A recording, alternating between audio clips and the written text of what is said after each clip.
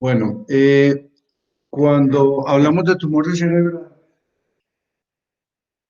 hay que tener en cuenta que los tumores cerebrales hacen parte de un conjunto de enfermedades que producen hipertensión endocraniana. Y esas enfermedades son las que trata el neurocirujano. Básicamente, un neurocirujano apenas trata estas cinco enfermedades: trauma, infecciones, tumores, hidrocefalias y enfermedades cerebrovasculares. Todas tienen en común que producen hipertensión endocraniana. La diferencia es el tiempo en que se demoran para producir la hipertensión endocraniana. El trauma es inmediato, la enfermedad cerebrovascular es inmediata, la hidrocefalia es un poco más lenta, las infecciones son lentas y el tumor puede ser rápida o puede ser lenta. Entonces, para entender el tumor cerebral, los síntomas de los tumores cerebrales, debemos conocer esto que se llama la curva, perdón, los contenidos del cráneo. Recuerden que el cráneo tiene apenas tres contenidos, que son el cerebro, que ocupa el 80%. El cerebro tiene un problema y es que él como tal no se deja comprimir. Por lo tanto, cuando tenemos una masa, no tenemos capacidad de compensación a través del cerebro.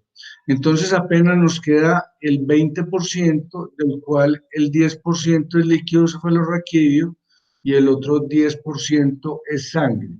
Lo primero que empieza a hacer el cerebro es sacar líquido cefalorraquídeo. La cantidad total de líquido cefalorraquídeo en el cerebro y en la columna es más o menos 150 centímetros cúbicos.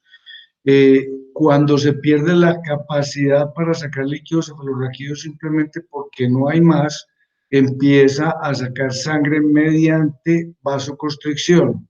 Y la vasoconstricción se hace por hiperventilación. Entonces el paciente empieza a hiperventilar y a sacar sangre y de esta manera disminuye el volumen intracraneano, pero obviamente al sacar sangre va a empeorar la situación porque va a generar hipoxia y eso va a empeorar el edema cerebral y finalmente va a llevar a la muerte del paciente. Para que se entienda mejor esto, yo quiero que ustedes vean lo que se llama la curva de presión contra el volumen. Recuerde que la presión intracraneana normal es más o menos de 20 centímetros de agua. Cuando tenemos una masa, que son las bolitas, va aumentando el volumen intracraneano, pero la presión intracraneana no se modifica. Entonces vamos a suponer que este paciente tiene un tumor que está creciendo y ustedes son los médicos de urgencias que están viendo al paciente.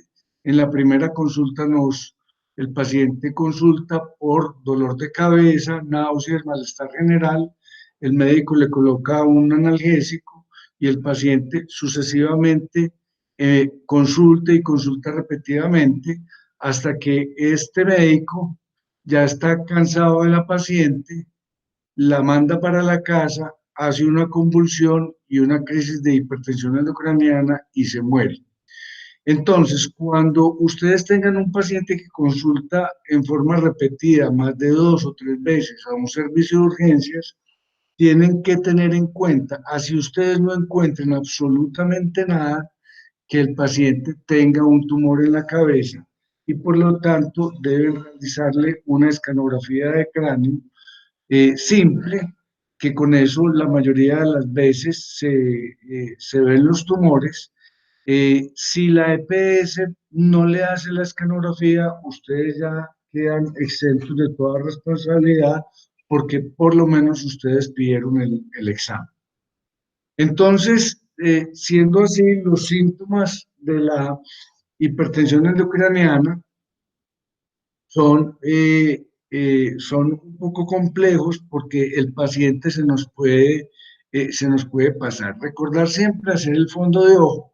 Este es un fondo de ojo normal y este es un fondo de ojo con papiledema. Pero tengamos en cuenta que los pacientes mayores de 60 años, porque tienen algo de atrofia óptica, puede que no tengan papiledema. Entonces, en un paciente mayor de 60 años, el papiledema eh, no es, no es un signo indispensable para diagnosticar hipertensión endocrinal. Entonces, tenemos el compromiso del sexto par. El sexto par craneano es un par que nace de la protuberancia y asciende para entrar al ojo a través del seno cavernoso y entra por un canal que se llama el canal de Dorelo.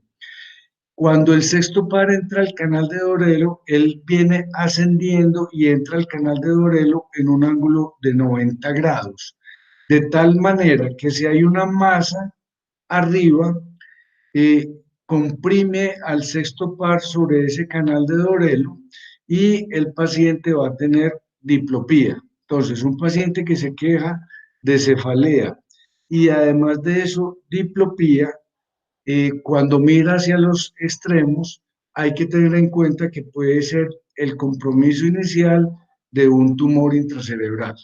Entonces, cuando el paciente se nos queje que ve doble y cuando mira hacia los lados, así nosotros no le encontremos nada al examen físico, hay que sospechar que estamos ante un cuadro de una hipertensión endocraniana generado probablemente por un tumor intracerebral. Entonces, los síntomas, estos ya son síntomas, digamos, que nos orientan mucho, pero los síntomas generales son estos que vemos acá: cefalea, visión borrosa, náuseas y vómito. Hay que tener en cuenta que estos síntomas no son solamente de la hipertensión endocrinana, sino que lo comparten muchas otras enfermedades, por lo tanto son síntomas no específicos.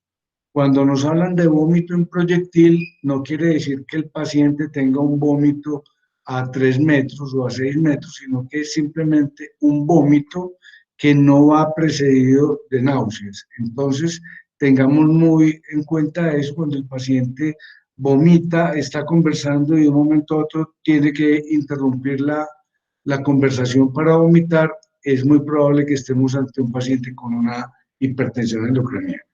Y estos otros tres síntomas, la focalización neurológica, las convulsiones y las alteraciones en el estado mental, sí son un poco más específicas para los tumores cerebrales. Entonces, por focalización neurológica entendemos los síntomas que nos orientan a la localización de la lesión. Por ejemplo, si yo tengo una masa localizada en el lóbulo parietal, en la zona motora, pues me va a dar una hemiplegia del lado contrario. Si yo tengo una lesión localizada en el occipital, me va a dar algún tipo de mianopsia. Entonces, la focalización neurológica nos indica dónde está la lesión. Muchas veces la focalización neurológica es temprana si el tumor es de tipo infiltrativo, pero si el tumor es de tipo compresivo, o sea, está comprimiendo desde afuera, puede que esa focalización no sea temprana, sino que sea tardía en el momento en que el paciente ya esté empezando la curva de hipertensión endocraniana. Las crisis convulsivas usualmente son tardías cuando ya también hay una tendencia a hacer hipertensión endocraniana. La única excepción es cuando las crisis convulsivas, eh, cuando el tumor está localizado en el área temporal, cuando el tumor es del lóbulo temporal, sobre todo en su parte medial, que son zonas altamente epileptógenas, esos pacientes generalmente tienen convulsiones tempranas.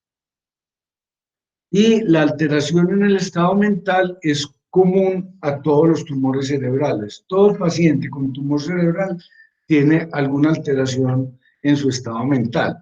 ¿Cuál es el problema? Que si el paciente tiene un tumor de un crecimiento lento, esa alteración en el estado mental va a ser una alteración que se presenta en forma muy lenta y muchas veces la familia no logra eh, notar el cambio en el paciente porque es de lenta progresión. Entonces, por ejemplo, en los meningiomas que crecen muy despacio, el paciente va cambiando su comportamiento, va cambiando su forma de ser, se separa, tiene problemas familiares, pero nadie piensa que sea por un tumor cerebral porque esos cambios se van dando muy lentamente. Ya finalmente aparece la anisocoria, que ya es un signo de herniación cerebral y esto es un signo ya tardío. Ahora sí vamos a meternos en el tema y vamos a empezar a hablar de cada uno de los tumores cerebrales. El tumor cerebral más común, el tumor cerebral más común de todos es la metástasis. La mitad de todos los tumores cerebrales son metástasis. Al punto que si nosotros no sabemos qué tumor tiene un paciente y decimos que es una metástasis, pues digamos que le pegamos a la mitad. Pero la metástasis tiene una característica y es la siguiente. Es un tumor pequeño, lo general las metástasis son pequeñas, este es el tumor, este que les estoy señalando, pero que tiene un edema cerebral que es desproporcionado para el tamaño del tumor.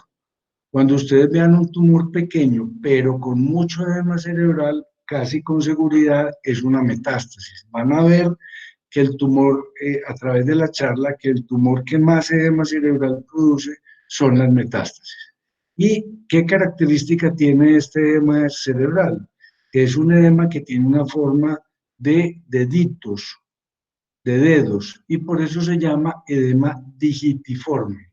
Cuando ustedes vean un edema en forma de dedos o digitiforme, es un edema de tipo vasogénico. Y el edema vasogénico es el que responde a los esteroides. Recuerden que el edema de los traumas es citotóxico y ese no responde a los esteroides. Entonces, en principio, cuando tenemos un paciente con un tumor cerebral, siempre vamos a poner esteroide y el esteroide que preferimos es la dexametasona. Usamos entre 4 y 8 miligramos cada 8 horas dependiendo del grado del edema cerebral. Está demostrado que más de 24 miligramos de dexametasona al día no son mejores que 50 miligramos, por decir algo. Entonces la dosis máxima que usamos es 8 miligramos cada 8 horas. Si ustedes leen un texto de neurocirugía, les va a decir que el tumor que más metástasis da al cerebro es el melanoma. Y esto es cierto, pero el neurocirujano por lo general no opera un melanoma. ¿Por qué razón? Porque cuando el melanoma está en el cerebro, ya está diseminado a todo el cuerpo, entonces el neurocirujano por lo general no tiene nada que ver con los melanomas del cerebro. Entonces, los tumores que más comúnmente dan metástasis al cerebro son pulmón y mama. Casi todas las metástasis del cerebro son del pulmón y la mama. Pero si nosotros vemos una metástasis que tiene sangre, por ejemplo esta, ¿cómo sé que esto es sangre? Porque es hiperdenso, tiene casi la misma densidad del hueso. Entonces, si yo tengo un tumor que tiene sangre, tengo que pensar que es del riñón o es del colon. Entonces es muy fácil. Las metástasis son las que más producen edema cerebral. Son tumores pequeños. Casi siempre son del pulmón y la mama, pero si tiene sangre, hay que pensar que sean del riñón o del colon. ¿Qué se hace ante un paciente que tiene una metástasis? Vamos a ver. Por ejemplo, esta paciente tiene dos metástasis. Tiene una aquí grande, miren el edema digitiforme, que es edema vasogénico. Usualmente las metástasis no son tan grandes y aquí también tiene otra que es un poco más pequeña. Entonces, cuando estamos ante un paciente que tiene una metástasis, si nosotros no hacemos nada, el paciente va a fallecer en las siguientes 12 semanas. O sea, el pronóstico es de 3 meses.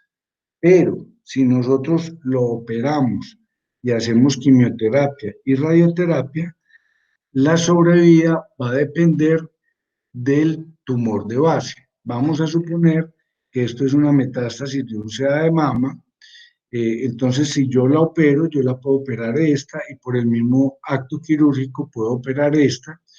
Si yo opero a esta paciente, ya el pronóstico no va a ser 3 meses, sino va a ser de su enfermedad. Entonces yo antes tengo que hablar con el oncólogo y el oncólogo me dice, vea, esta paciente tiene una metástasis en el pulmón que se la vamos a operar, tiene otra en el esternón que se la vamos a irradiar y tiene otra metástasis en el fémur, por decir algo, que se la vamos a operar, y yo considero que la sobrevida de esa paciente son 4 años. Entonces, si yo opero esto, cambia el pronóstico de 3 meses por 4 años. Por eso es importante operar las metástasis. Pero, ¿cuándo las operamos? Cuando son máximo dos, por ejemplo, en este caso. Si son más de dos metástasis, ya el tratamiento se hace de tipo paliativo, solamente con quimioterapia y con radioterapia. Bueno, con esto terminamos las metástasis. Ahora vamos a hablar de la otra mitad de los tumores cerebrales, que es lo que se llaman los tumores cerebrales primarios. Entonces, los tumores cerebrales los podemos clasificar como supratentoriales, o sea, por encima del tentorio. Recuerde que el tentorio es un repliegue de dura madre que nos separa los hemisferios cerebrales de la fosa posterior, que es el cerebelo y el tallo. O los podemos llamar infratentoriales cuando están pues en la fosa posterior. Los tumores infratentoriales casi todos son de los niños. O sea, los niños cuando hacen tumor casi siempre lo hacen infratentoriales y los adultos casi siempre lo hacen supratentoriales. Esto es muy importante porque ustedes van a ver ahora en las imágenes, se cumple casi siempre. No quiere decir que un niño no vaya a tener un tumor supratentorial y que un adulto no vaya a tener un tumor infratentorial. Eh, la clasificación más sensata es dependiendo de la célula que se origine el tumor. Entonces ustedes ven aquí, digamos, muchas células que tiene el cerebro. Vamos a hablar de los más comunes. Recuerden que el astrocito es la célula de sostén de las neuronas. El astrocito como tal no piensa, es la malla donde están las neuronas. El epéndimo es la célula que recubre los ventrículos, por lo tanto, cuando nosotros hablamos de un ependimoma, tiene que estar en contacto con un ventrículo, no puede ser un tumor por allá en la mitad, alejado del líquido cefalorraquídeo. Las meninges producen los meningiomas.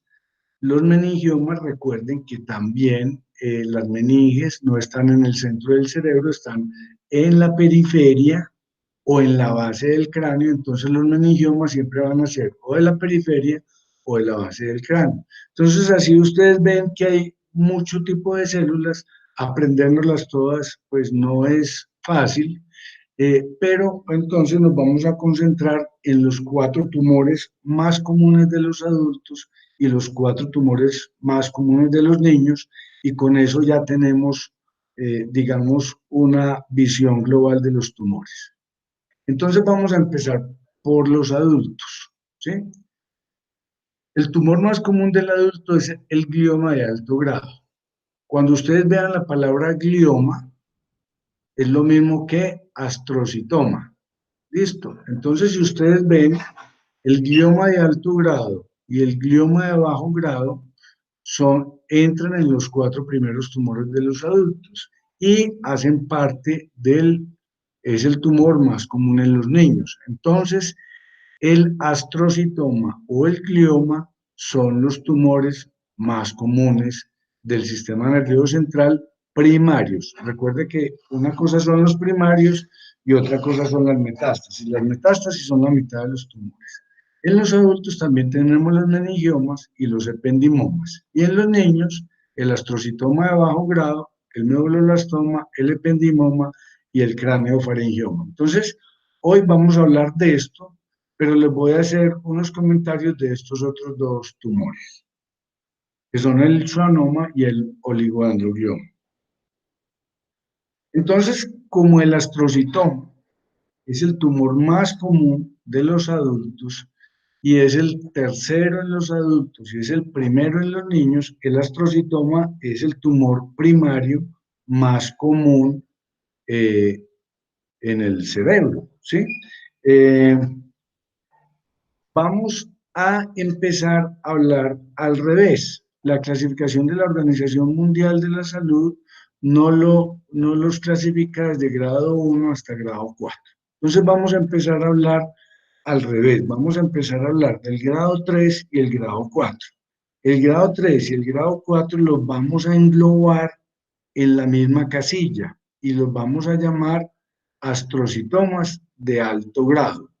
¿Por qué son astrocitomas de alto grado? Porque son tumores muy malignos y aunque hay diferencias en la histología, el comportamiento clínico, pronóstico, tratamiento es exactamente igual. Entonces, astrocitoma grado 3 y astrocitoma grado 4 los vamos a denominar astrocitomas de alto grado y por patología se puede llamar astrocitoma anaplásico, glioblastoma multiforme o gliosarcoma, pero en términos generales estamos hablando del mismo tumor. Entonces, astrocitomas grado 3 y grado 4 los vamos a llamar astrocitomas de alto grado, pero con estos nombres también se conoce. Entonces, es un tumor que ustedes ven acá, infiltra los tractos, él se va metiendo por todos los tractos cerebrales.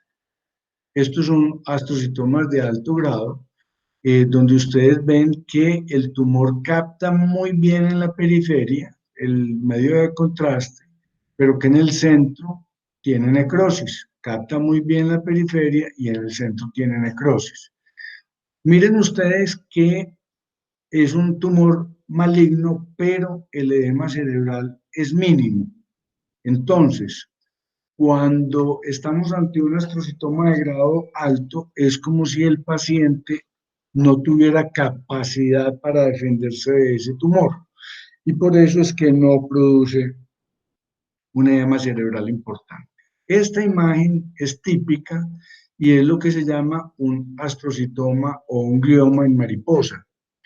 Mire que es como una mariposa, el tumor se inició en esta parte y él atravesó a través del, pasó por el cuerpo calloso, infiltró el otro hemisferio y ya está invadiendo el otro hemisferio. Entonces, glioma en mariposa. Los astrocitomas de alto grado tienen muy mal pronóstico. El paciente sin tratamiento es como las metástasis, tiene una sobrevida apenas de 12 meses. Con tratamiento, que es cirugía, quimioterapia y radioterapia, el paciente debe estar muerto a los 15 meses. Si a los 15 meses no ha fallecido, es probable que el patólogo se haya equivocado y estemos ante otro tipo de tumor. Vamos a suponer que entramos a operar a este paciente. Cuando el cirujano entra, encuentra aquí el borde del tumor. Cuando está dentro del tumor está absolutamente seguro que está sacando tumor, pero cuando va llegando a los bordes, por la naturaleza infiltrativa del tumor, el cirujano no sabe si lo que está sacando es tumor o ya empieza a sacar cerebro. Por lo tanto, la resección completa del 100% nunca es posible. Pero vamos a suponer que un cirujano le da por sacar tejido sano, 1 o 2 centímetros alrededor del tumor, y saca la bolita completa rodeada de un fragmento de tejido cerebral sano. Igual, la muerte va a venir a los 15 meses porque el glioblastoma o el astrocitoma anaplásico es como una enfermedad sistémica del cerebro. Si yo tengo una célula acá, ya la tengo en el otro lado. Entonces, si el cirujano hace una resección, digamos, más amplia de lo que tiene el tumor, la muerte del paciente va a ser igual porque ya el cerebro está todo infiltrado por tumor. Eh, Ahora vamos a hablar de los astrocitomas de bajo grado. Los astrocitomas de bajo grado son el tercer tumor más común en los adultos. Son tumores que ustedes ven en la imagen como un lunar que tiene la misma intensidad del líquido cefalorraquídeo, ¿sí? Miren acá, tiene la misma intensidad del líquido cefalorraquídeo. En el FLAIR se ve igual, ¿sí? Pero ya en el FLAIR no tiene la intensidad del líquido cefalorraquídeo. Lo importante es T1 y T2. Ustedes ven como un lunar, no capta el medio de contraste. El astrocitoma de bajo grado es un tumor que desde el punto de vista histológico, es el astrocitoma grado 2, es benigno, pero él se transforma en maligno. El tiempo en que él se demora para transformarse es más o menos 10,9 años. Entonces, este es un astrocitoma grado 2. Si yo no lo opero, si yo no hago nada, en un promedio de 10,9 años, el paciente se va a transformar en un astrocitoma de alto grado y ya ustedes saben el pronóstico. Entonces, ¿qué hay que hacer en estos casos? Hay que hacer una resección quirúrgica completa, sacar absolutamente todo el tumor. Si el cirujano saca todo el tumor, el paciente queda curado. Ahora, si el cirujano no saca todo el tumor y da un 1%, ese pedacito se va a convertir en astrocitoma de alto grado y ustedes ya saben que el pronóstico es muy, muy malo. Entonces, el cirujano, a diferencia de los astrocitomas de alto grado, aquí el borde del tumor sí es identificable y el cirujano, por lo general, logra diferenciar el cerebro del tumor. Pero este es un tumor que es benigno por histología, pero que puede ser maligno por localización. Y es lo que ocurre en este caso. Tenemos un tumor que está localizado en el área temporal izquierda, es un área completamente elocuente. Si yo saco este tumor, el paciente va a quedar afásico, entonces no es buena idea. ¿Qué se hace en estos casos? Cuando el tumor es irresecable, se toma una biopsia, se hace el diagnóstico de astrocitoma de bajo grado y posteriormente lo irradiamos. Cuando lo irradiamos, cambiamos la sobrevida de 10,9 años a más o menos 16 a 20 años, o sea, prolongamos la sobrevida del paciente. Miren que igual es un tumor que no tiene edema cerebral. Dentro del astrocitoma de bajo grado hay que tener en cuenta un tumor que se llama el oligodendroglioma y es un tumor, digamos, especial. ¿Por qué? Porque el oligodendroglioma es un tumor que nos da mucho más a los hombres, tiene calcificaciones, es más en la región frontal, ¿sí? Es un tumor difuso, uno casi nunca logra operarlo. Miren, la característica del tumor es un tumor difuso, ¿sí? Pero, ¿qué es importante en el oligodendroglioma? Les había dicho que en los astrocitomas de bajo grado, para que no se conviertan en malignos, cuando no lo podemos operar, hacemos radioterapia. El oligodendroglioma con frecuencia tiene esta alteración genética, que es la de lesión del 1p19q, y los oligodendrogliomas que tienen esta característica responden mucho mejor a la quimioterapia que a la radioterapia. Ahora vamos a pasar al astrocitoma grado 1. El astrocitoma grado 1 es el astrocitoma pilocítico, que es un tumor muy común en los niños. Como es de los niños, está localizado en la fosa infratentorial, en la fosa posterior, ¿sí? Como está en la fosa posterior, los síntomas son por hidrocefalia, porque él comprime el cuarto ventrículo, aquí en este punto comprime el cuarto ventrículo, entonces el síntoma va a ser hidrocefalia, que es los ojos con el signo del sol poniente, la ataxia, cefalea, vómito e inconsciencia rápida. Recuerden que esto es una hidrocefalia de tipo obstructivo, por lo tanto no se puede hacer punción lumbar. El astrocitoma pilocítico tiene esta característica, es un tumor que es quístico, tiene un contenido quístico muy grande y un contenido sólido en su interior, el cirujano entra por la parte posterior, se mete dentro del quiste y con una pinza en bayoneta es capaz de traerse por lo general todo el tumor. El astrocitoma pilocítico, el astrocitoma grado es un tumor que es 100% benigno, eh, la cirugía es curativa, pero vamos a suponer que el cirujano no fue capaz de sacarlo y que quedó un pedazo de tumor.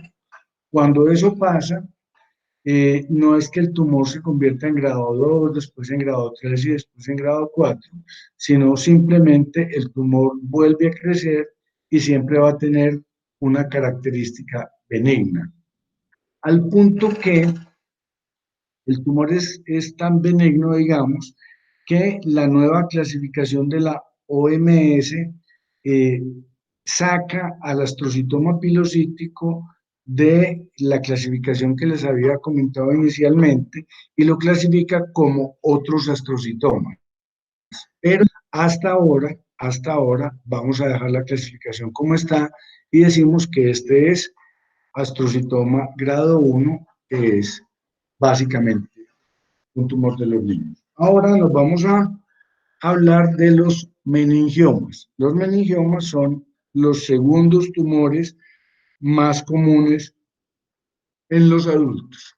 Es un tumor, por ser de la meninge, que se inicia obviamente en la meninge. Es un tumor que es de la superficie donde hay meninge. Este tumor no es infiltrativo, ustedes ven aquí la dura madre, la que estoy señalando, la que está cogida con la pinza. Este es el tumor. Y miren que el tumor no infiltra el cerebro, simplemente lo va desplazando. No, el tumor, el cerebro no está infiltrando el tumor. El 85% de los meningiomas son benignos. Ya les voy a decir cómo diferenciamos un meningioma benigno de uno maligno. Los meningiomas son muchísimo más comunes en las mujeres. 80% de los meningiomas se presentan en las mujeres y ellos tienen receptores hormonales. En su superficie tienen receptores a las hormonas. Entonces, estos tumores crecen rápido en las mujeres que tienen ciclo menstrual, pero ya una vez la mujer entra en la menopausia, el tumor disminuye su rata de crecimiento o simplemente deja de crecer. Esta es la característica típica de un meningioma benigno. Es un tumor que es de bordes lisos, esto es muy importante, borde liso, capta muy bien el medio de contraste y tiene esta característica que es típica del meningioma, que es lo que se llama como la cola dural. Ustedes ven que es como una colita de una ratica. Cuando ustedes vean un tumor con una cola dural, casi con seguridad es un meningioma. Entonces, importante, no tiene edema cerebral, es de borde liso, está en la periferia, capta muy bien el medio de contraste y tiene cola dural. Cuando estas características se cumplen, estamos hablando de un meningioma benigno, que son más o menos el 85% o más de los meningiomas. Estos son imágenes típicas de meningioma. Miren, esta es un tumor que está en el lóbulo temporal, miren la cola dural, ¿sí? Al principio de la charla le decía que los meningiomas pueden adquirir un tamaño gigantesco porque el paciente va teniendo cambios del comportamiento, muchas veces no tienen dolor de cabeza y ya cuando llegan a esta fase ya tienen hipertensión endocraniana porque definitivamente no hay donde acomodar tanta masa y ya sacó todo el líquido cefalorraquídeo. Entonces, estos tumores, este y este que están en el plano esfenoidal, no tiene duda que son tumores que requieren cirugía. Pero vamos a concentrarnos en esta paciente. Vamos a suponer que esta es una paciente que tiene la edad de ustedes, es una mujer joven, de 20 y pico de años, y que consultó porque tuvo un TEC en un accidente en moto, por decir algo. Entonces, de pura coincidencia, se le encontró este tumor porque ella no sentía absolutamente nada. Entonces, mi recomendación en este caso, una mujer joven con un tumor pequeño en plena, digamos, actividad hormonal, es que se opere. Pero si esta misma paciente tiene 56 años, ya está menopáusica, pues mi recomendación es que no se opere. Entonces los meningiomas se operan dependiendo de tres cosas: del tamaño, de la edad y de los síntomas que tenga la paciente, ¿sí? Siempre que haya efecto de masa, hay que operar así el paciente tenga pocos síntomas. Entonces, dependiendo de la edad, dependiendo del tamaño y dependiendo de los síntomas que tenga la paciente. Entonces, les había hablado que hay algunos meningiomas que son malignos. ¿Cómo diferenciamos cómo reconocemos un meningioma maligno? Primero, cuando un meningioma se presenta en los hombres, hay que sospechar que sea maligno. Entonces, lo primero, si es en hombre, sospeche que es maligno. Lo segundo, no es liso, es irregular. No tiene cola dural, ustedes ven que no tiene cola dural. Pero lo más importante es que los meningiomas malignos producen mucho edema cerebral, casi similar al de las metástasis, como les estoy señalando acá, ¿sí? Este es el tumor y este es el edema cerebral. Entonces, los meningiomas malignos producen un edema cerebral similar al que produce la metástasis. ¿Qué se hace con un meningioma maligno? Hay que operarlo y hay que irradiarlo, porque la irradiación postquirúrgica hace que el tumor se demore mucho más tiempo en volver a crecer. Un meningioma maligno es maligno porque él vuelve y crece y vuelve y crece y vuelve y crece, pero no da metástasis a distancia. Ok, entonces los meningiomas malignos los vamos a irradiar después de cirugía. Y esta es la manera de reconocerlos. Son irregulares, no tienen cola dural y tienen mucho edema cerebral.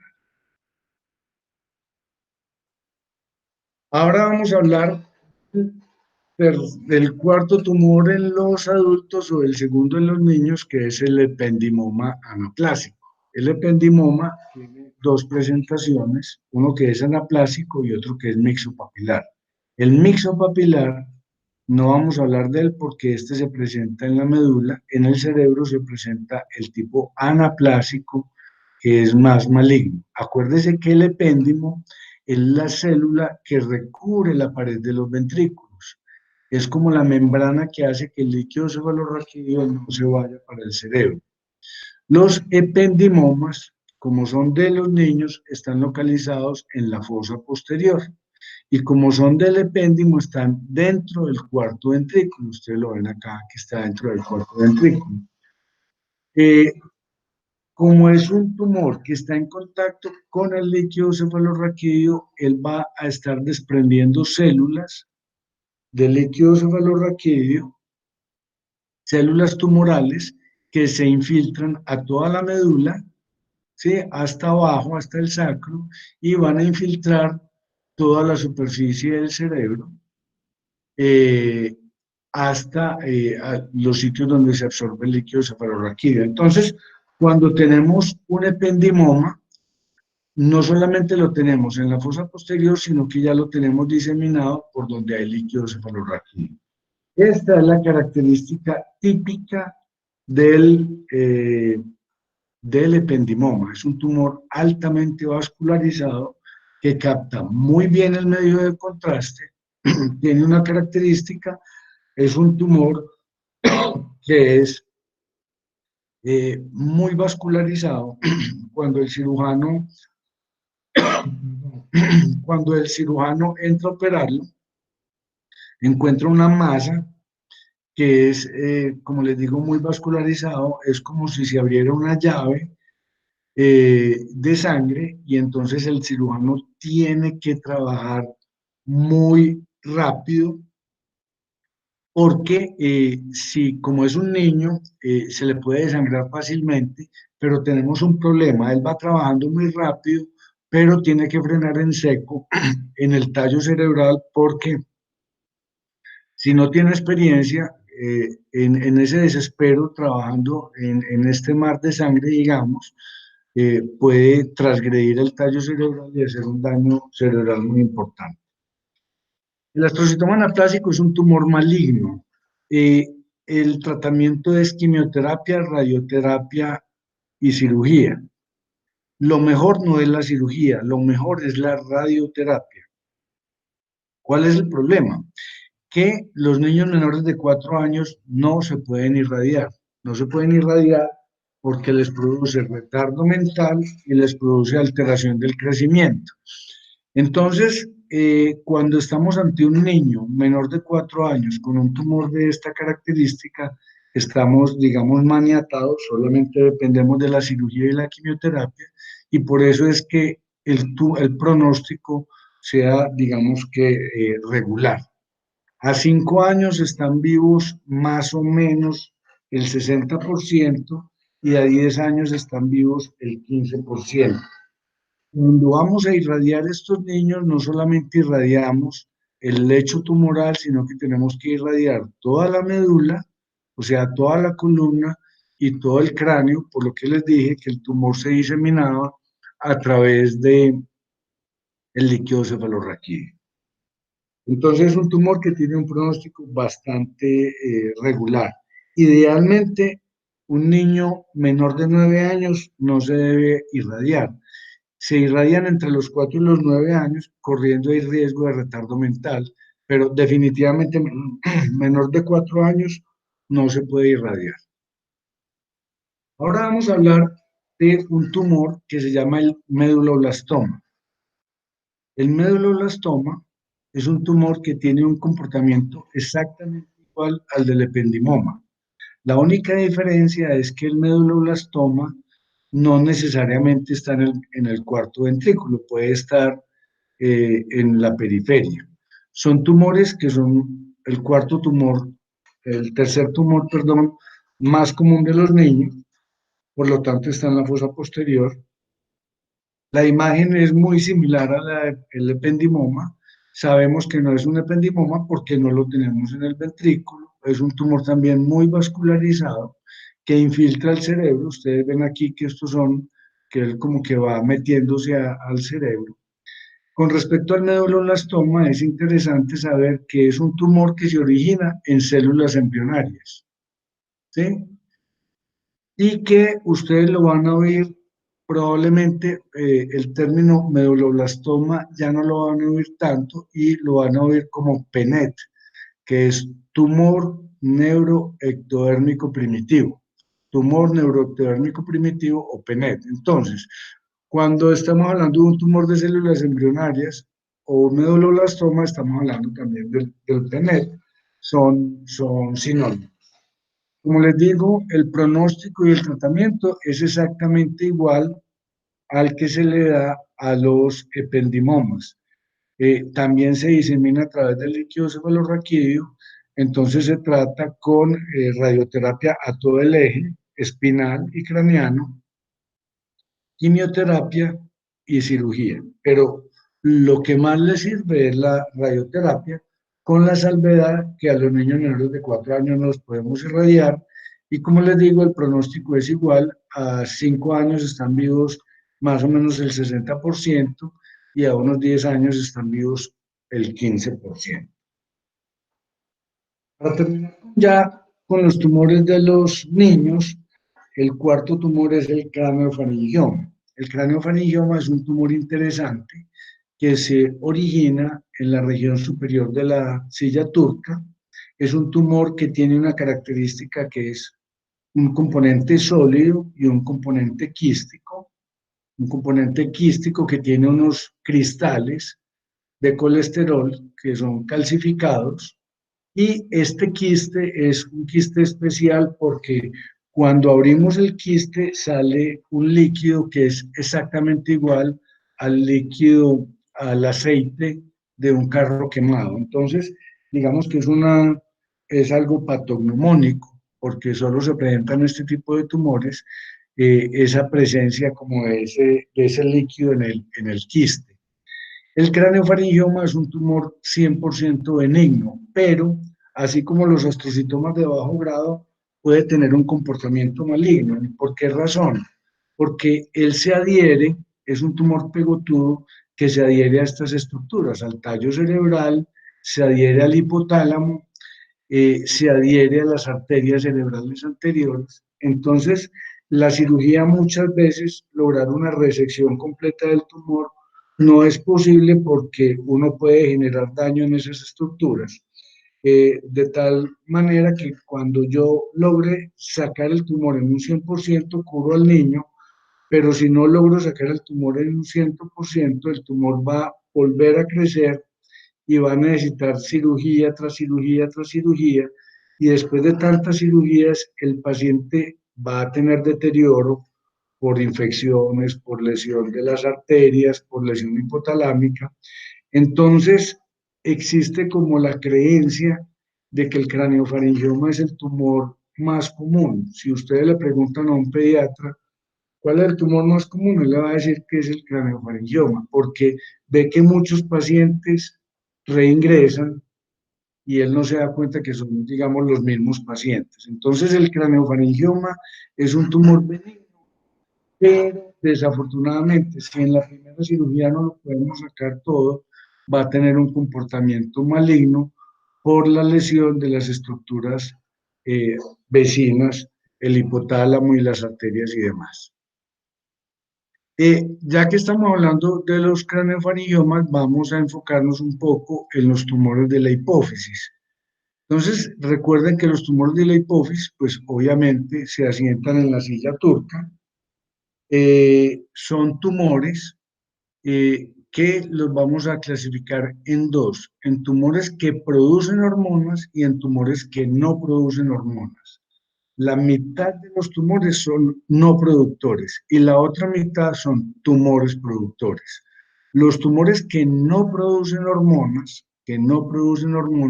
solamente se operan cuando están comprimiendo el quiasma óptico. Entonces, aquí están los nervios ópticos. Cuando el tumor está comprimiendo el quiasma óptico y nos damos cuenta porque tiene una mianopsia bitemporal, eso es una indicación para operar. Entonces, la mitad de los tumores no producen hormonas, los operamos cuando afectan el campo visual. Y la otra mitad producen hormonas, de los cuales el 80% de los tumores productores de hormonas son los prolactinomas. Y el 80% de los prolactinomas se presentan en mujeres.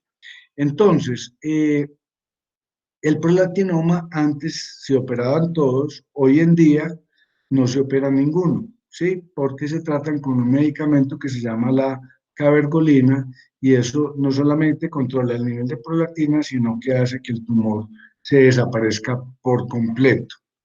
Entonces, los prolactinomas, que son casi que exclusivos de las mujeres, hoy en día no hay que operarlos. El segundo tumor productor de hormonas es el que produce la acromegalia o el gigantismo. Ese tumor, ustedes ven muchos pacientes por ahí en la calle que tienen fases de acromegálicos. Esos tumores hay que operarlos y también se trata con un medicamento que se llama el ocredotide.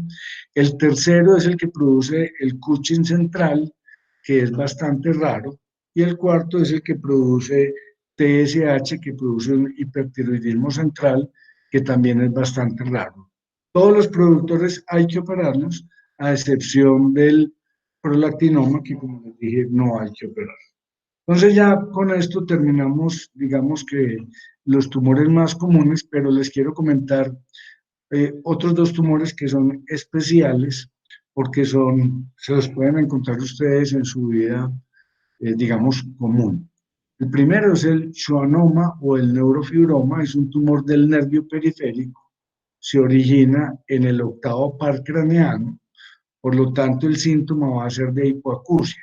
Los neurofibromas se presentan en pacientes que tienen neurofibromatosis, que ustedes los identifican por los neurofibromas cutáneos o las manchas café con leche en el cuerpo. Esta es la imagen típica, es un tumor que se localiza en el octavo par, miren aquí la oreja, el peñasco. Entonces el síntoma inicial va a ser hipoacusia. Cuando ustedes vean un paciente con neurofibromatosis hay que preguntarle cómo está escuchando.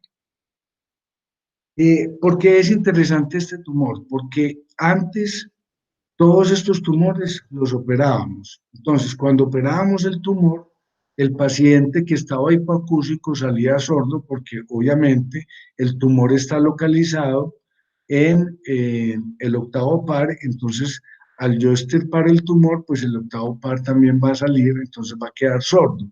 Digamos que eso no es un resultado favorable porque si el paciente me consulta por una hipoacusia, pues yo lo entrego sordo, no es bueno. Y además de eso, muchas veces salen con parálisis facial porque el séptimo par está junto al octavo par, entonces salen con parálisis facial periférica. Entonces, por esa razón, muchas veces los neurocirujanos no operaban al paciente, sino que les daban radioterapia. Entonces, vamos a suponer que esta franja anaranjada es un chorro de radioterapia convencional, pero ustedes ven que esto pasa por el tumor, pasa por el tallo cerebral, pasa por el octavo par del otro lado, por la oreja. Entonces, la radioterapia tiene su efecto máximo a los 2 años. Entonces, inicialmente el paciente está contento porque los síntomas dejaron de evolucionar, pero a los 2 años pueden aparecer zonas de necrosis en el tallo con su respectiva consecuencia, puede aparecer lesión del octavo par del otro lado, del séptimo par del otro lado.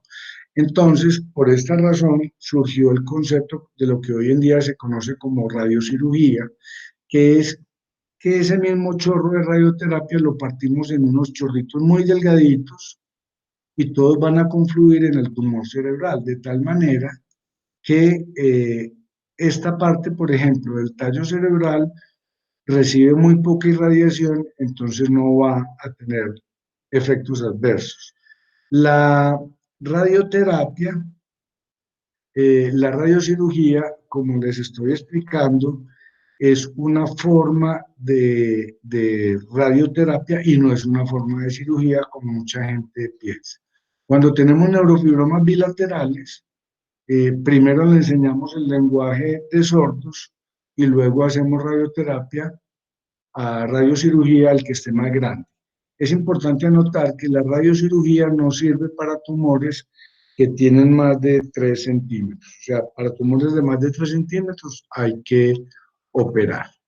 Y finalmente, el linfoma es otro tumor que se ha vuelto muy común porque el linfoma es un tumor que se presenta en pacientes que tienen VIH y en pacientes de edad avanzada. El linfoma tiene esta característica, es muy difícil de ver en el TAC, sí, es un tumor infiltrativo profundo, en la resonancia se ve más fácil, infiltrativo profundo. Es importante que sepamos que es un linfoma primario, o sea, que se origina directamente en el cerebro. Entonces, un estudio de médula ósea va a ser negativo.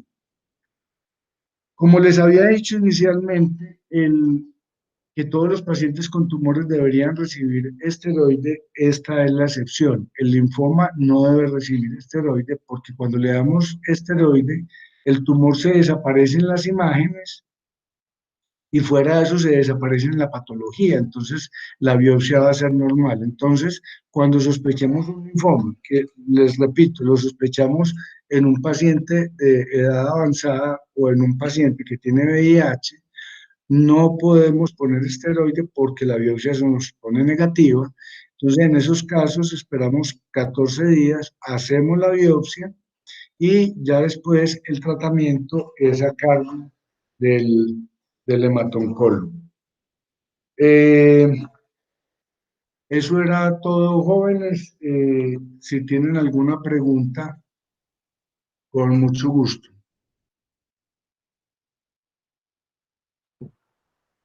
No, profe, excelente, muchísimas gracias.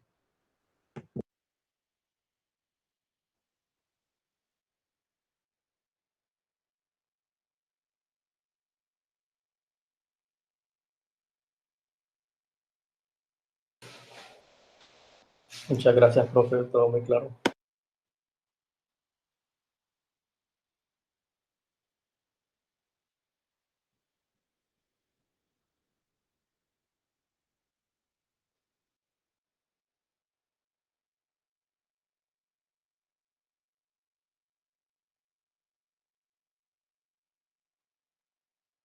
El astrocitoma grado 1 es un tumor que es completamente benigno.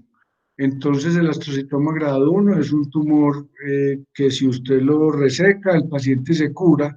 Si usted no lo reseca completamente, el paciente le va a volver a crecer el tumor, pero es un tumor completamente benigno. Y el grado 2 es un tumor de bajo riesgo, pero tener en cuenta que se puede convertir en maligno. Entonces, si el cirujano no es capaz de sacar el grado 2 en un 100%, debe irradiar al paciente.